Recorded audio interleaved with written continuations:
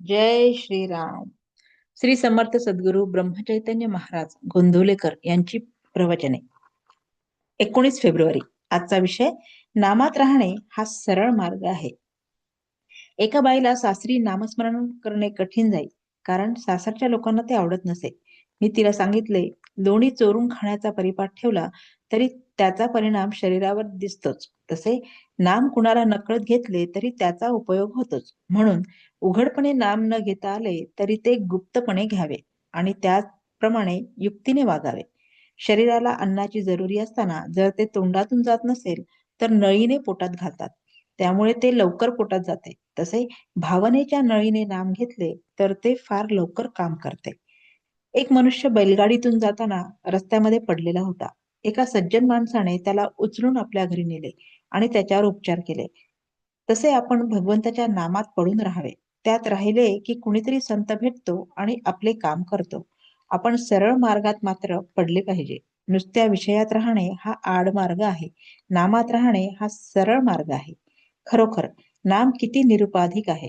आपण देहबुद्धीच्या उपाधीत राहणारे लोक आहोत, म्हणून आपल्याला नामाचे महत्व तितकेसे समजत नाही.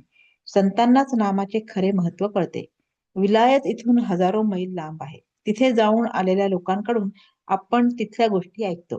तिथे आपण पायी जाऊ शकत नाही, कारण ते फार लांब आहे. शिवाय वाहनामध्ये बसून जावे म्हटले तर मध्ये मोठा समुद्र आहे.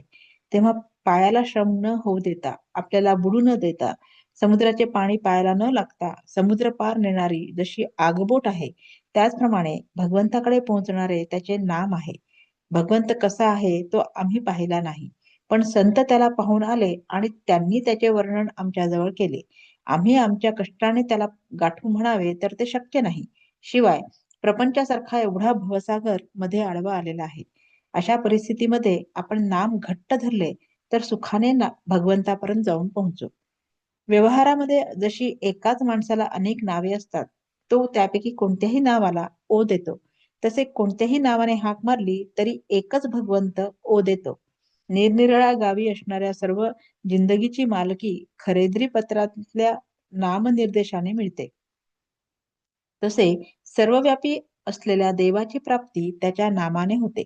खरोखर नाम ही कधीही नाहीशी न होणारी जिंदगीच आहे. बोधवाक्य. आपण सर्वांनी मी भगवंताकरिता आहे असे मनाने समजावे आणि सदैव त्याच्या नामात राहावे. जय श्रीराम.